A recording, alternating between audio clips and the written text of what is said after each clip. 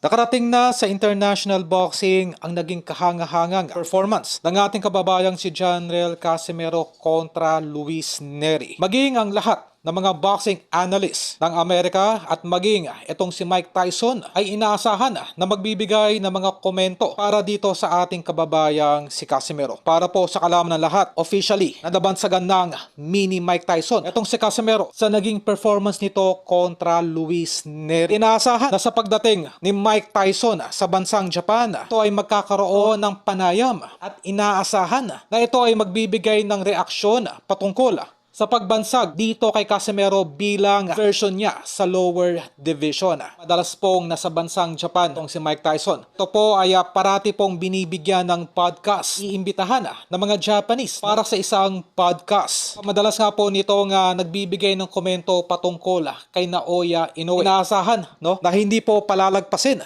ng Japanese media ang pagkumpara sa kanya sa ating kababayang mini Mike Tyson. So, ito ay hype na dahil may pauna na pong mga reaksyon ang mga boxing analyst ng Amerika. At itong si Tyson patungkol sa naging performance ni Casimero. Gagawin lamang pong opisyal ang nasabing discussion sa oras na makarating na ng Japan itong si Mike Tyson na inaasahan na mangyayari po bago matapos ang buwan. Marahil ito na magiging hudyat para lalo pong sumikat itong ating kababayan sa international boxing.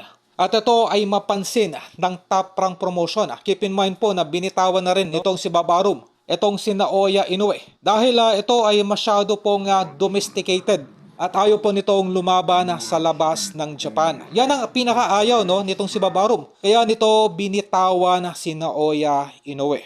Malayong malayo dito sa ating kababayang si Casimero na wala pong problema maski saang lupa-lupa ng mundo ilaban